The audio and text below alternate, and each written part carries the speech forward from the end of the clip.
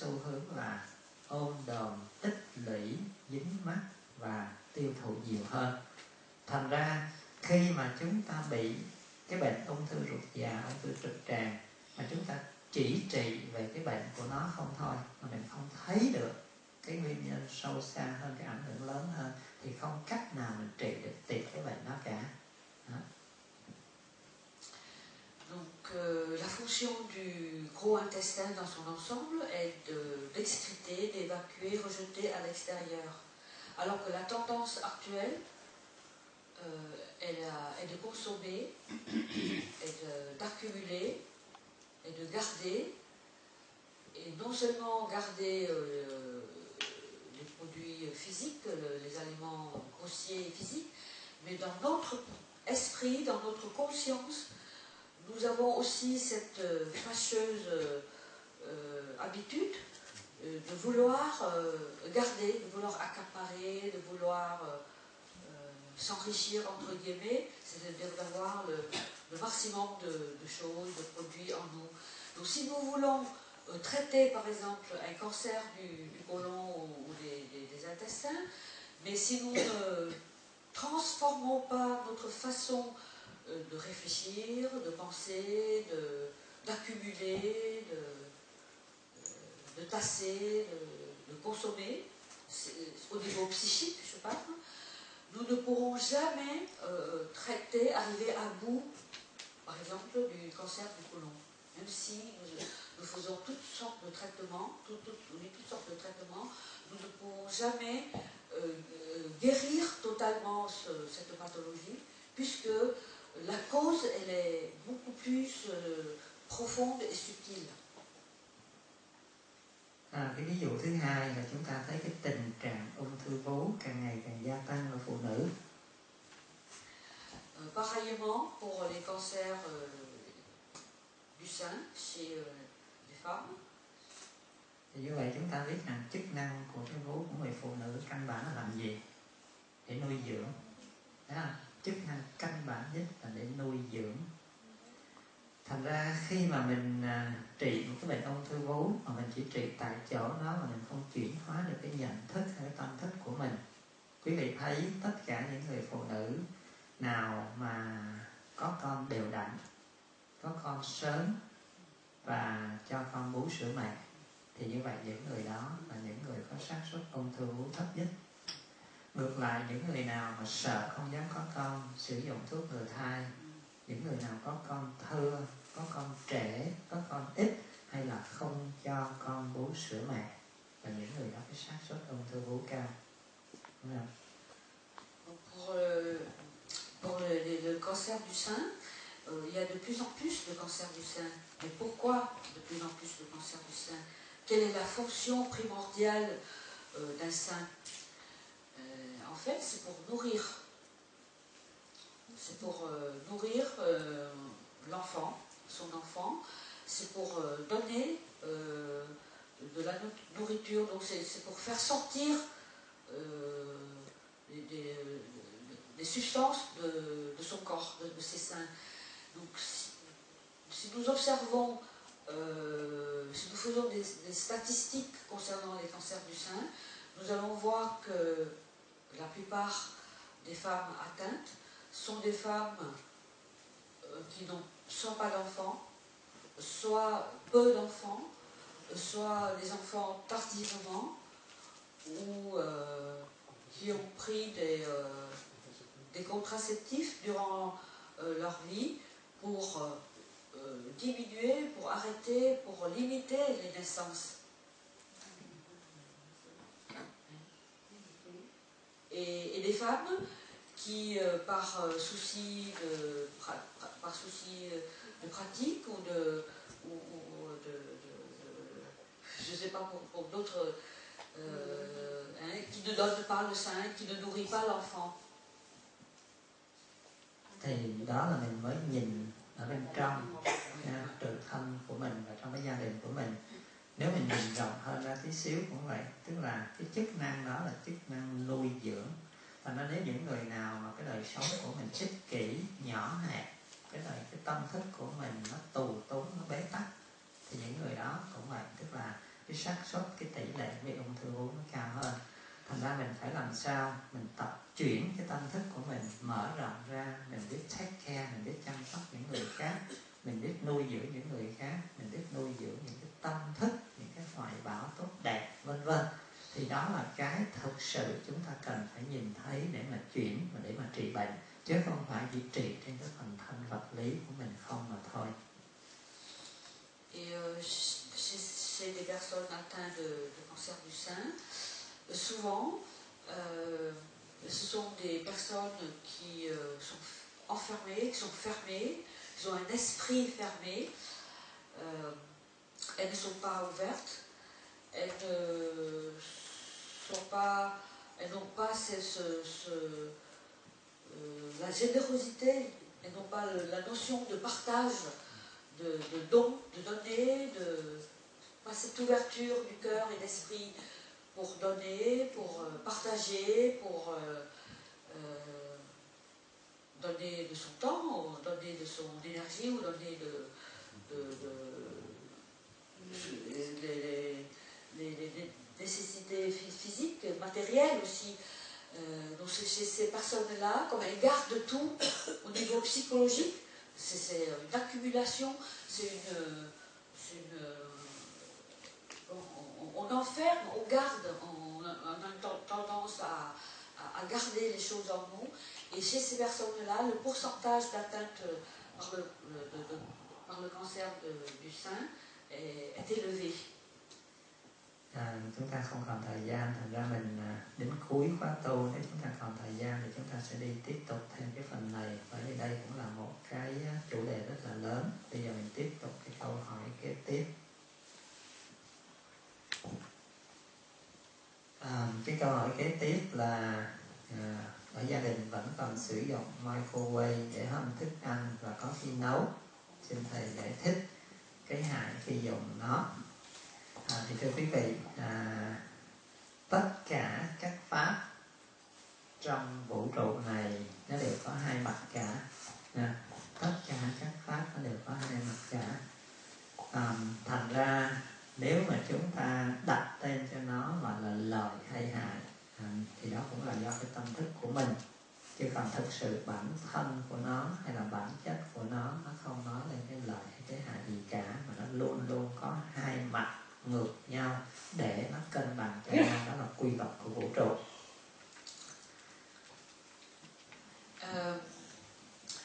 Une autre question. Nous utilisons toujours des micro-ondes chez nous, soit pour réchauffer, soit pour la cuisson des aliments. Est-ce que vous pouvez nous expliquer, est-ce que c'est encore bien d'utiliser les micro-ondes, ou expliquer le côté néfaste ou positif, pratique des micro-ondes. Bien sûr, tous les phénomènes, nous avons vu, tous les phénomènes, tous les lois ont un double aspect. Ce n'est jamais absolument bon et absolument mauvais. Tout dépend de notre esprit et de l'utilisation, en fait, de notre utilisation, de notre compréhension du phénomène ou de la loi, et de notre utilisation des conséquences de la compréhension de ce phénomène. Thành ra chúng ta thấy rằng cái căn bản của vũ trụ là những cái năng lượng, là những cái sóng năng lượng trong vũ trụ. Bản thân nó cũng đã nói lên rất rõ, tức là nó có chiều lên thì nó có chiều xuống, hay mình còn gọi là nó có chiều dương, nó có chiều âm, nó có qua bên phải thì nó có qua bên trái. Tức là ngay cái căn bản nhất của vũ trụ nó đã biểu hiện lên cái tính chất đó rồi. Thành ra không có một cái pháp nào trong vũ trụ này mà không có hai mặt cả. Thành ra bây giờ chúng ta nhìn tới cái mặt phải và mặt trái, hay là nói đúng hơn là chúng ta nhìn tới mặt thứ nhất và mặt thứ hai của cái microwave này. La plus petite unité énergétique de l'univers, elle représentée ici, c'est-à-dire c'est une onde vibratoire, et cette toute petite unité de base de l'univers, ce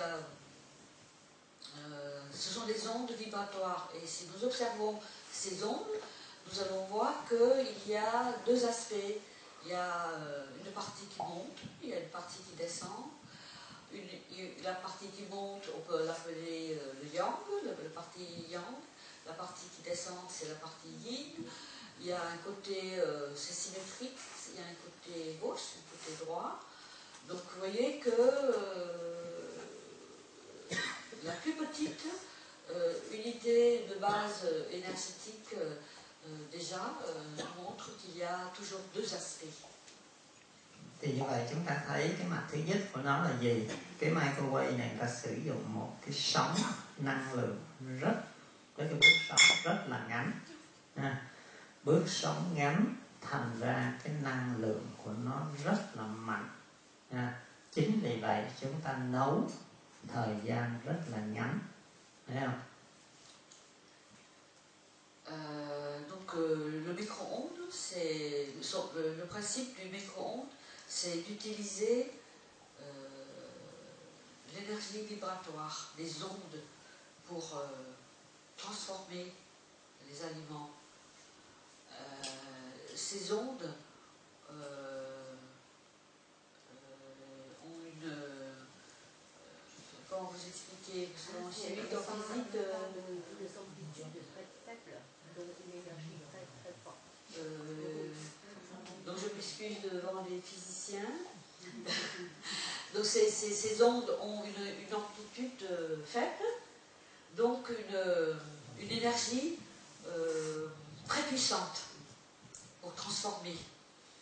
Thành ra chúng ta thấy thứ nhất là khi mà cái thời gian của mình nấu nó ngắn lại, phải không? Thì tương tự cái mặt trái của nó, cái mặt ngược lại của nó, tức là mình tiết kiệm được cái thời gian. Cái gì? Tức là mình kéo thời gian ngắn lại, thì về cái mặt ngược lại của nó, tức là thời gian sống của mỗi tế bào của mình nó sẽ ngắn lại.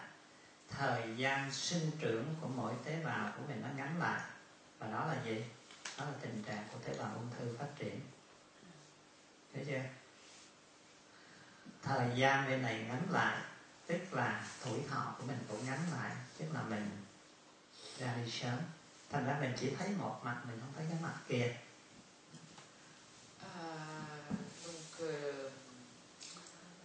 Le micro-ondes permet de gagner du temps, puisque la cuisson est très rapide. On gagne en temps de cuisson.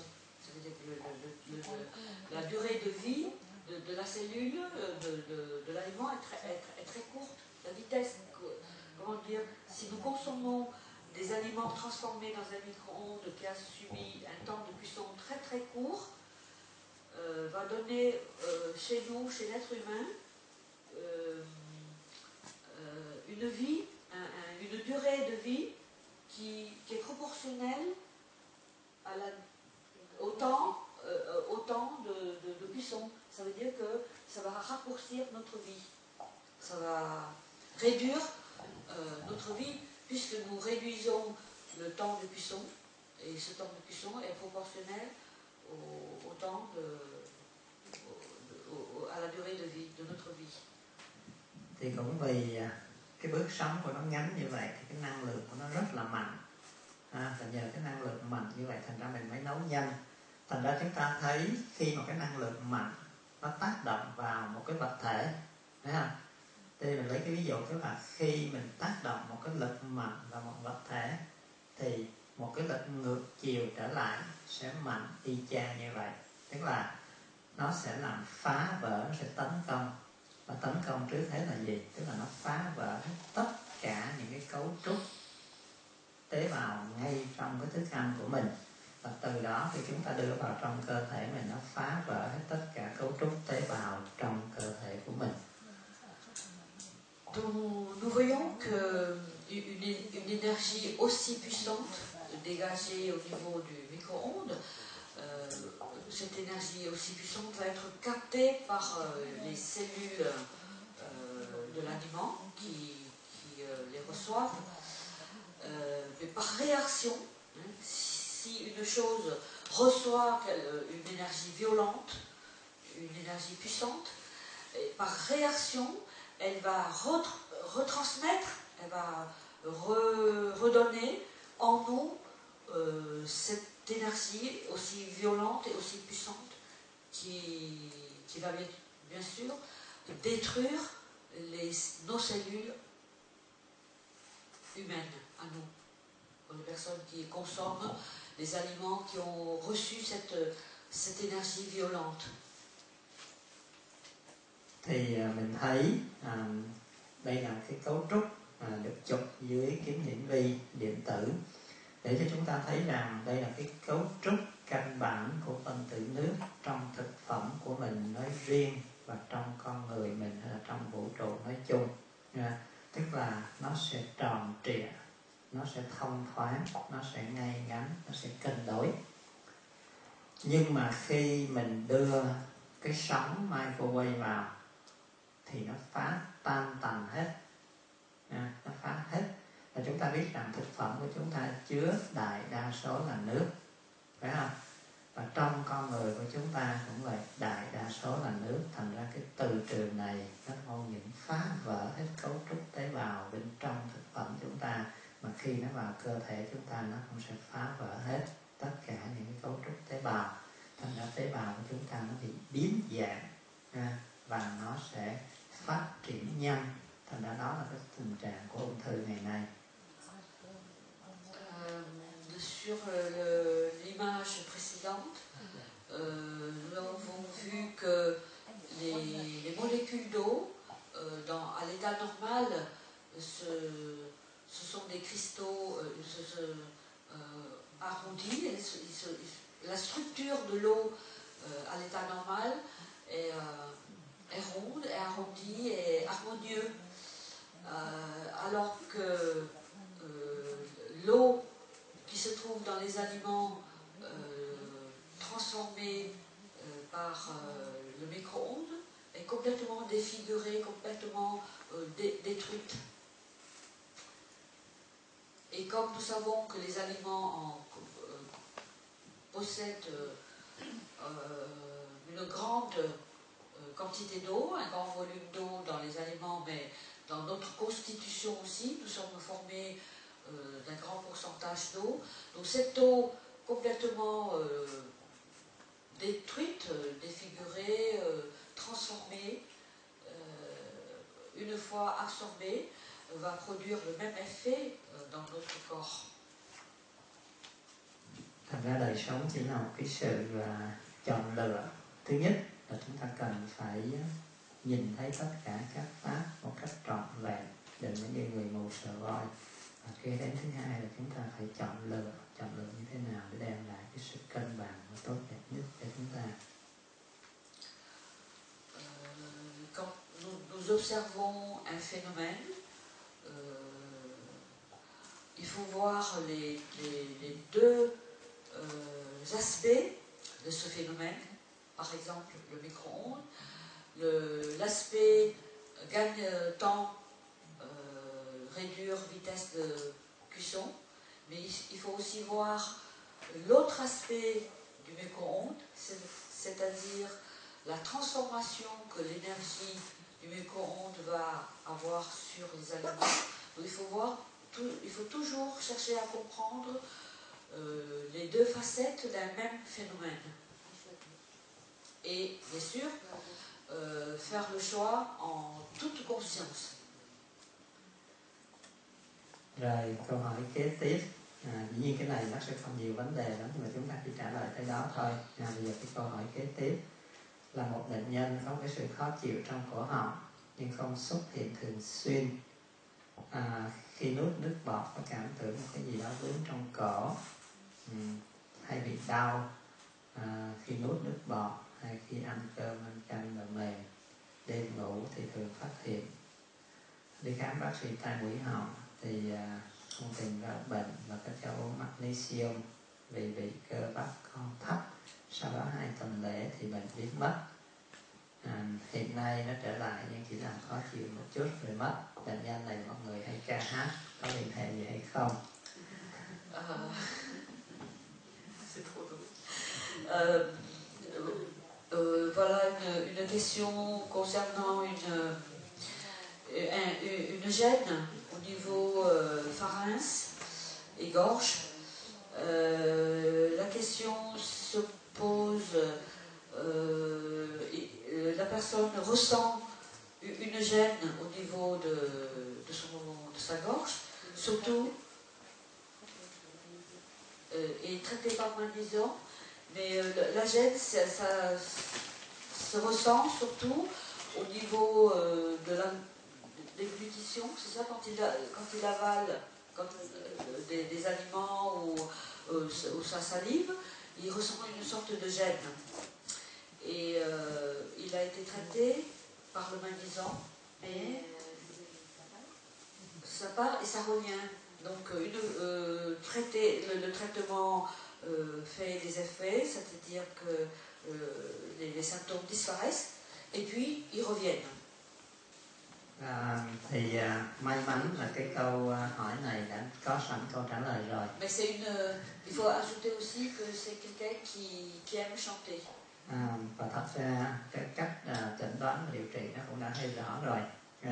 Tức là chúng ta biết rằng tất cả những người ta gọi là nghề và nghiệp, đó không? Nghề và nghiệp tức là mỗi một cái nghề mình sẽ làm và nó tác động lên, nó huân tập liên tục, thành ra nó tạo cái nghiệp chứ không có chi cả. Thành ra người ta gọi là bệnh nghề nghiệp là như vậy.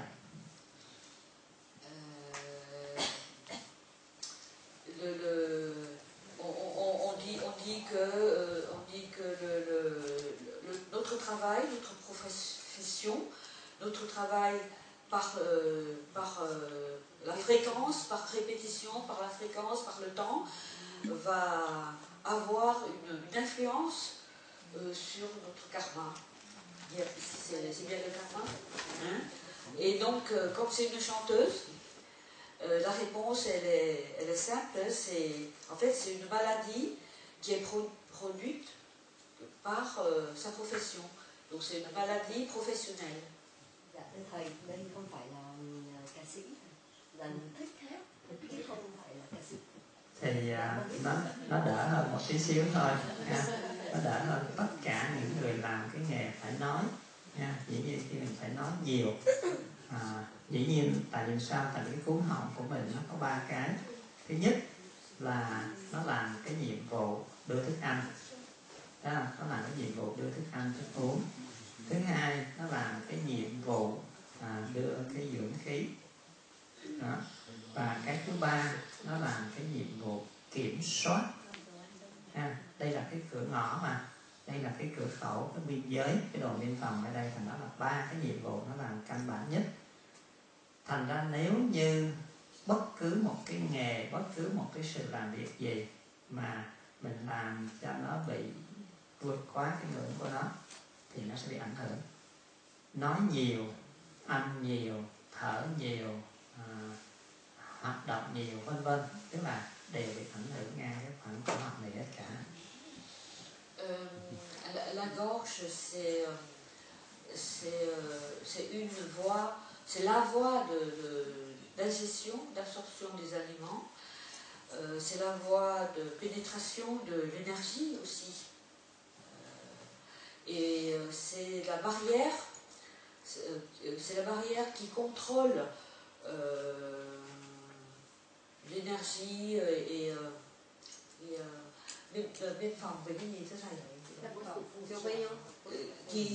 c'est une poste qui surveille le corps, la pénétration en fait de tout objet extérieur dans le corps. Vous voyez que c'est quand même un poste important, et si nous l'utilisons beaucoup, de façon excessive, si nous parlons beaucoup, si nous consommons beaucoup, si nous mangeons beaucoup, ça va fatiguer, ça va réduire la capacité de cet organe. Tout simplement, ça va fatiguer cet organe. Même si ce n'est pas une chanteuse professionnelle, comme mais c'est sûrement quelqu'un qui aime chanter, qui aime parler, qui aime manger, qui aime tout, de façon excessive. Donc, tout excès est mauvais. Thành ra khi mà mình giữ nó điều độ, và đặc biệt là chẳng hạn như chúng ta thấy cũng trong cái sử dụng nó, nhưng mà mình sử dụng nó một cách đều đặn, bình ổn thì nó khác. Còn những cái người, tức là chẳng hạn như những người ca sĩ hay là những cái người mà người ta tập luyện giọng, tức là ta phải lên thì cao xuống thì thấp, tức là nó đi ra hai cái thái cực, tức là nó làm nó bị stress quá, thì nó sẽ bị ảnh hưởng mạnh hơn và nhiều hơn. Bien sûr, l'utilisation normale ne peut pas provoquer ces genres de pathologies, mais la normalité dépend de chaque individu aussi. L'utilisation normale veut dire il ne faut pas dépasser les limites de son corps. Ici, il prend l'exemple de la personne qui chante beaucoup, qui parle beaucoup, ou qui s'entraîne beaucoup, puisque doit, en s'entraînant, on stresse sa gorge. Il faut faire vibrer, il faut élever la voix, il faut diminuer, il y a des tons, il y a toutes sortes de règles qui doivent sûrement stresser cet organe. Et donc l'organe, au bout d'un certain temps, se fatigue. Và dĩ nhiên là không phải một mình bản thân nó tạo nên cái đó, nhưng có thể đó là cái nguyên nhân chính. Ngoài ra chế độ ăn uống, mình không đầy đủ những cái dưỡng chất, không đầy đủ muối khoáng, chẳng hạn như magnesium trong trường hợp này, hay là kẽm, và cái tinh thần của mình bị căng thẳng quá, lo lắng quá thì nó cũng sẽ ảnh hưởng đến tình trạng bệnh lý đó.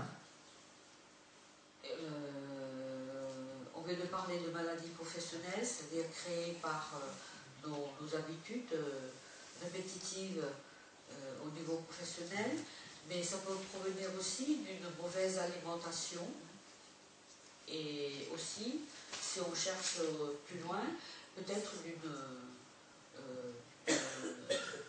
d'une tension au niveau psychologique aussi. Rồi đi chúng ta qua cái câu hỏi kế tiếp. Cái câu hỏi kế tiếp là giấm cũng axit dùng để tẩy rửa ống. Axit trong trường hợp này thì tốt. Thám khí CO2 nếu không điều tiết tốt cộng với nước có thể biến thành axit carbonic. Môi trường axit này lại không tốt. Giải thích làm sao khi môi trường axit khi tốt, khi xấu.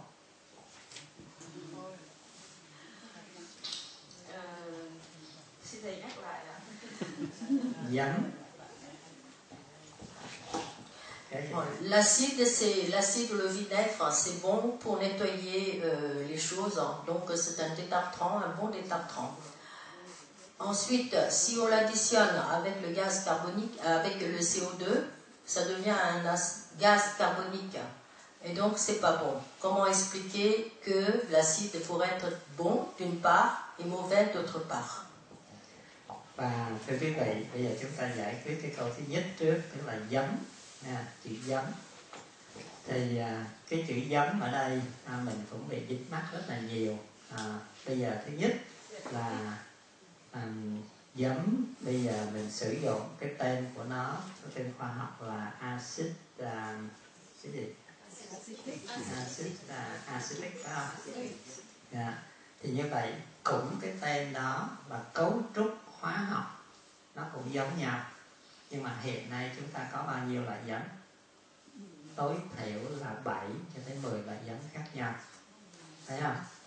Thì như vậy mỗi một cái loại giấm, dược tính của nó, tác động của nó và phản ứng phụ của nó đều hoàn toàn khác nhau hết cả, điều đó ai cũng biết. Nous regroupons sous l'appellation de vinaigre toutes sortes de vinaigres différents en fait. Le vinaigre. Bon, le vinaigre, la formule chimique, c'est de l'acide acétique. Et l'on sait qu'il existe au moins entre 7 et 10 types d'acides acétiques différents. Et chaque mode d'action de chaque acide acétique est différent également. Thành ra chúng ta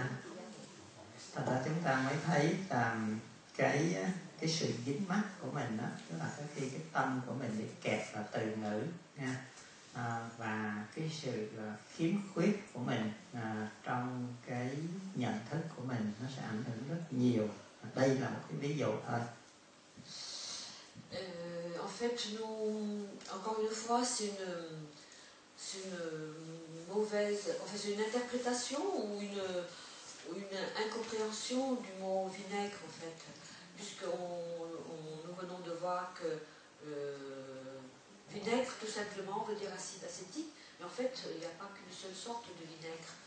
Il y a différentes sortes de vinaigre qui proviennent de différentes origines. Donc, les propriétés de chaque vinaigre et le pourcentage d'acide acétique dans chaque vinaigre est complètement différent. Et c'est nous nous attachons à ce mot vinaigre, donc c'est de l'acide acétique. Mais en fait, il faut voir en subtilité, il faut analyser le vinaigre que nous prenons. En fait, le vinaigre, c'est un mot générique, je dirais, qui ne veut rien dire. En fait, il faut dire vinaigre de quelque chose.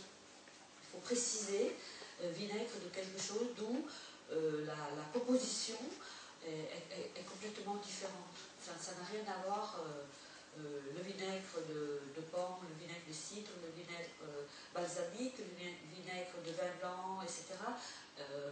Ça n'a pas du tout les mêmes propriétés et les mêmes fonctions, bien sûr. Thành ra từ cái đó, từ cái giải thích đó, chúng ta đã thấy rất là rõ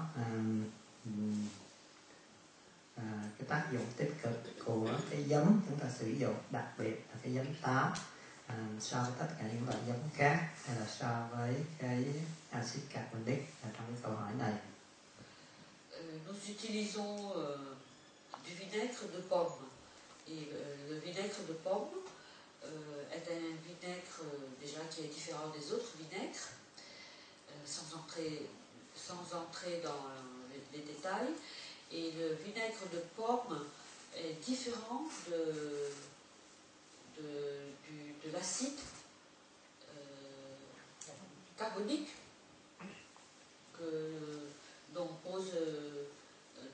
est questionné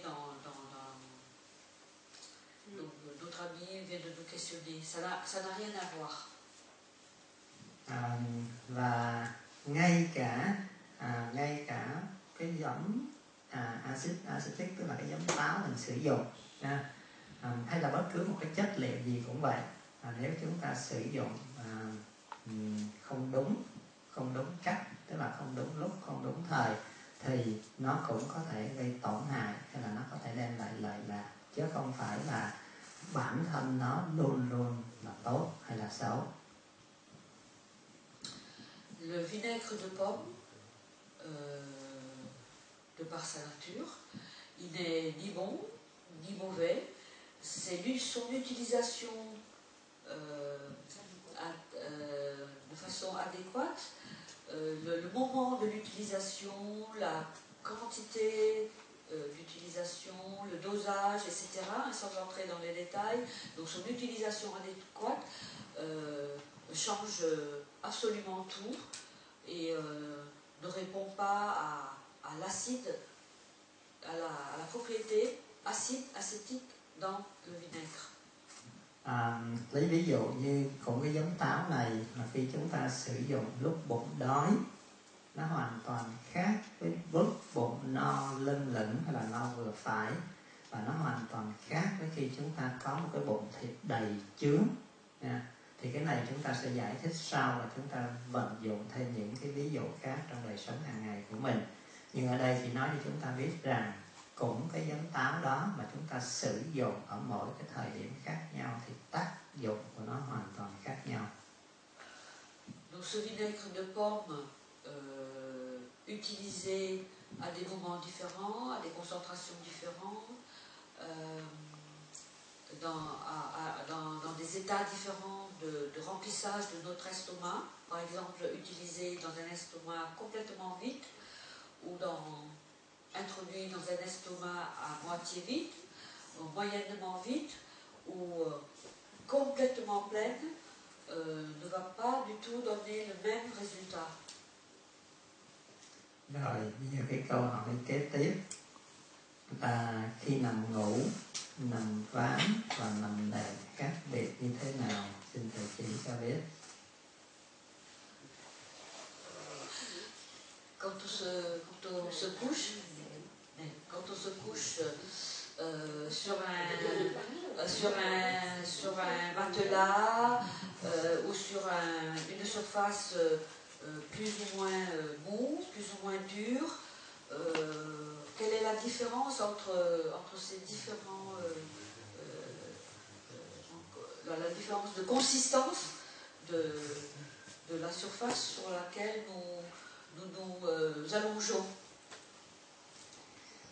Thì thưa quý vị, con người của chúng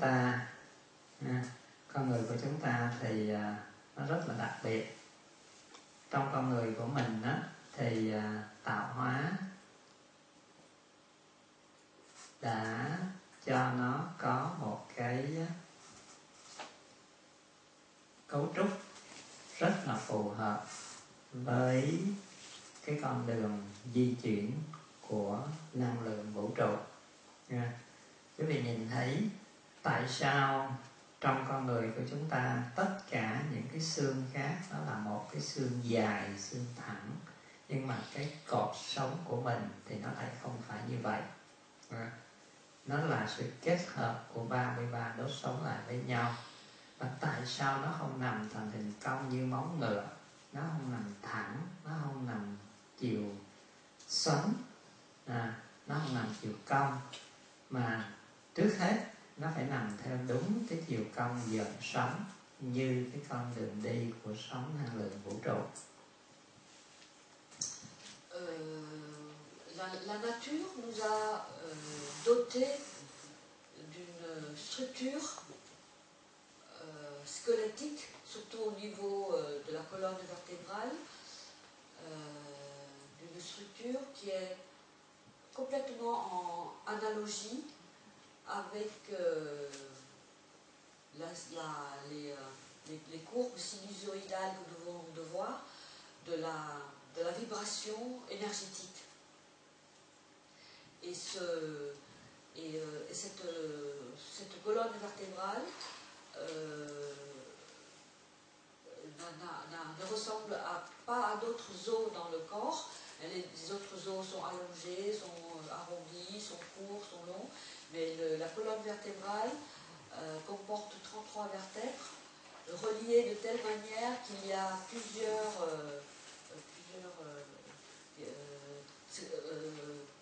sillons qui ressemblent à la vibration énergétique.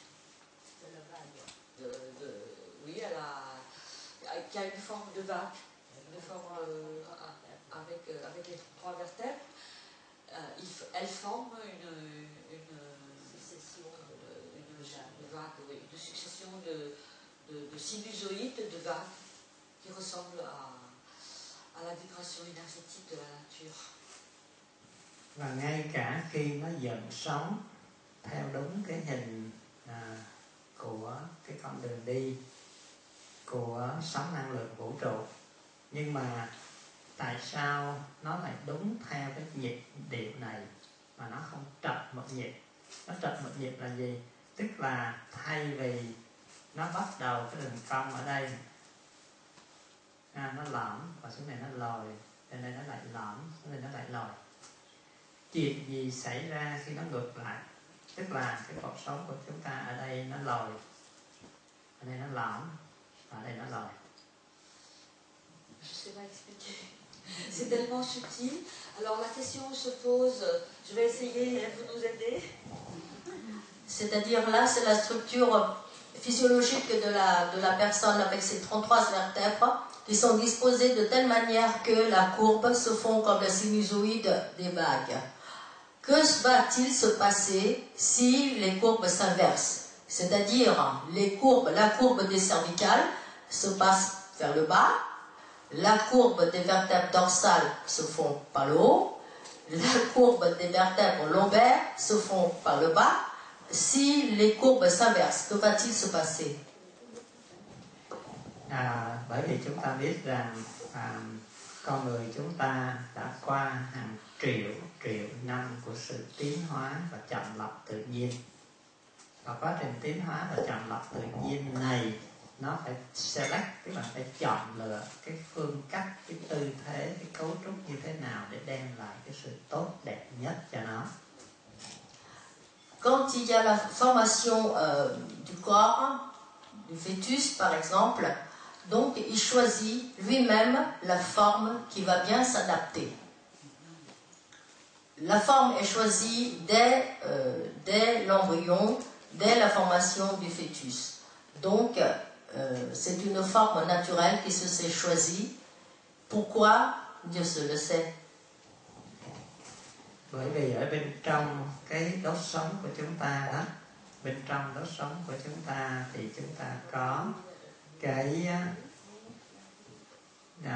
dịch, tức là chúng ta có tủy, tức là tất cả những cái tế bào máu nó được hình thành từ ở dưới lên, rồi nó có cái dịch não tủy, nó cũng đi từ dưới này lên, nó có hai cái đường dây cáp, tức là dây thần kinh để truyền hết tín hiệu ra, và nó có cả động mạch để dẫn máu đi nuôi dưỡng các cơ quan, nó có tĩnh mạch, tức là tất cả những cái hệ thống cáp chính, những cái hệ thống ống chính lớn nhất đều được nằm ở bên trong nó hết cả. Si l'on regarde bien la formation de la vertèbre, donc le sang s'accumule vers la fin, c'est-à-dire les vertèbres sacrales, le sacrum, au bout, et donc ça remonte avec donc deux grands cordons et la moelle épinière au milieu. Si vous regardez bien, bon, l'image a été passée, mais l'image de la vertèbre tout à l'heure, vous avez bien vu qu'il y a la moelle épinière et les deux cordons des deux côtés qui ramènent toute la nutrition dans tout le corps, des vaisseaux sanguins et tout, les nerfs, tout un paquet se trouve là. Và chúng ta biết rằng cứ mỗi một cái đốt sống như vậy, nó phải chịu trách nhiệm về vấn đề nuôi dưỡng, điều khiển và quản lý một cái phần cơ quan bộ phận trực tiếp dưới trướng của nó.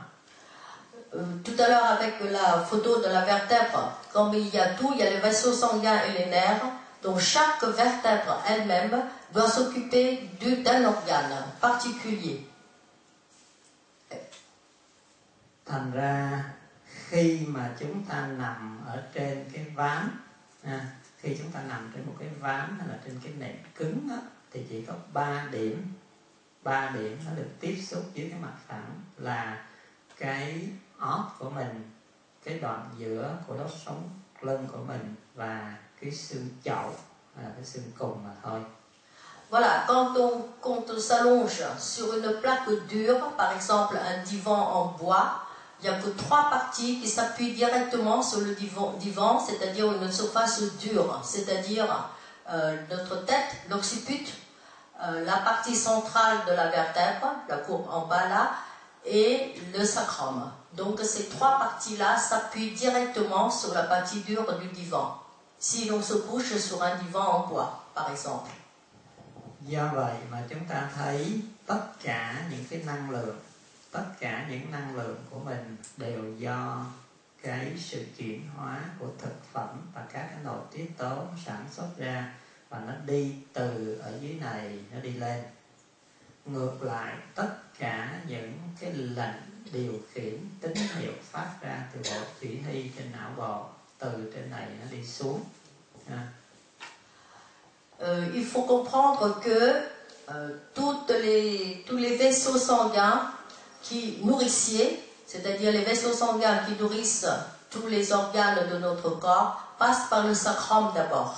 Voilà, la flèche, c'est sur le sacrum et remonte. Tandis que tout ce qui est des nerfs qui dirigent tous les mouvements, les activités et tout, par contre, partent du haut, de la cervicale, des cervicales.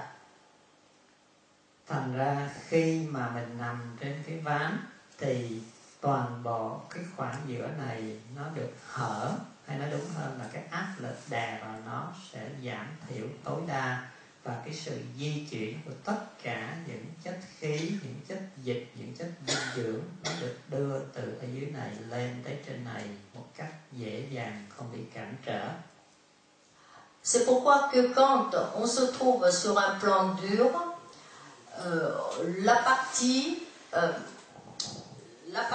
après le sacrum est relevée, donc elle ne s'appuie pas, il n'y a pas de charge dessus, donc tous les nutriments passent du sacrum très facilement vers la partie centrale, parce qu'il n'y a pas d'appui et donc les vaisseaux ne sont pas écrasés, donc les nutriments passent plus facilement. Rồi khi nó tới đây nó bị cản trở một tí xíu thì nó lại tiếp tục nó tích lũy lại, cái áp lực nó mạnh hơn và nó lại di chuyển qua cái đoạn này cũng được thông thoáng tự do, không bị chèn ép. Quand ils passent par la partie centrale où ils sont bien appuyés sur le plan dur du divan, ils ont été légèrement entravés, mais après sur la courbe qui est un peu plus soulevée, donc sans charge, donc ils passent plus librement vers la partie haute. Và chúng ta nhìn thấy cái này nó giúp cho mình trả lời cái câu hỏi tại sao cái cột sống của chúng ta nó không cũng uốn theo chiều sóng biển, nhưng mà tại sao nó không uốn ngược lại. Ceci explique bien pourquoi la morphologie de notre colonne vertébrale suit bien les amplitudes de la vague et non pas le sens contraire. Bởi vì chúng ta nhìn cái mé trước của cột sống mình thì mình thấy rằng ngay chính giữa cái chỗ mà mình nằm xuống đây thì ngang chỗ này nó chỉ có cơ hoành thôi, nó chỉ có cơ hoành và nó chỉ có được cái khung xương ức của mình mà thôi, chứ nó không có cái gì khác hơn. Si l'on regarde bien entre les deux amplitudes de vague, la partie centrale, à cette partie-là, correspond uniquement au diaphragme, c'est-à-dire quelque chose d'assez léger et qui ne s'appuie pas sur cette partie centrale. Le diaphragme ainsi que le sternum, c'est tout, à ce niveau. Ça c'est le dos, donc le niveau devant c'est le sternum. Et entre les deux, c'est le diaphragme, qui n'est qu'un muscle. Trong khi ở phần trước của cái khoảng lõm này thì chúng ta thấy mình có gì? Phần trước của trong cái khoảng lõm này mình có tim, có phổi, có cuống bao tử, có gan, có mật. Tandis que la partie haute, c'est-à-dire la partie surélevée de la première courbure là, vous avez l'équivalent de tous les organes vitaux, c'est-à-dire les poumons, le cœur, bien sûr, la bile, le foie, la vésicule biliaire, le foie, le pancréas. Còn ở cái phần trước của cái khoảng lõm dưới này thì chúng ta có gì? Chúng ta có ruột non, ruột già, có thận, có tử cung, có tất cả những cái cơ quan để mà chuyển hóa chất dinh dưỡng của mình nằm ở ngay dưới này.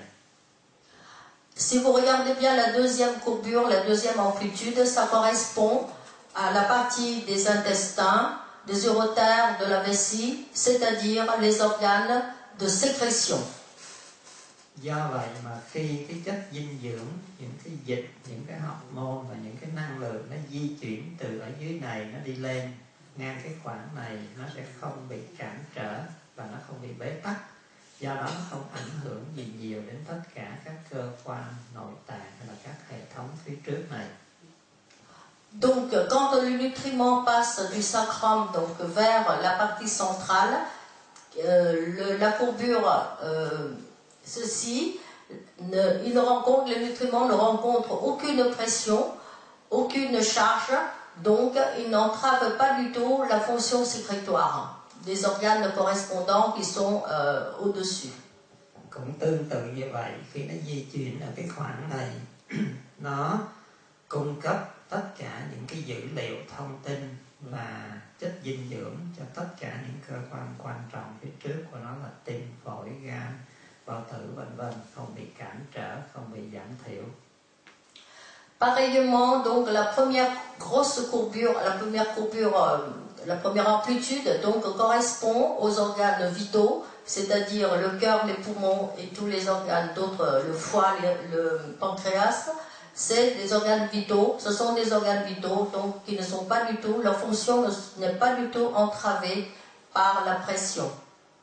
Và khi mà nó bị dừng lại, chậm lại ở cái khoảng mà nó tiếp xúc này thì nó không ảnh hưởng gì tới các cơ quan ở mé trước, bởi vì nó không có những cái cơ quan gì quan trọng ở phía trước này cả.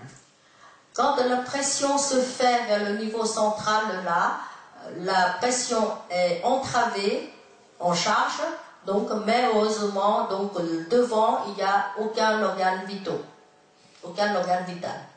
Cũng tương tự như vậy, tất cả những thông tin, tín hiệu, điều khiển, kiểm soát từ não bộ gửi xuống ngược lại thì nó cũng giống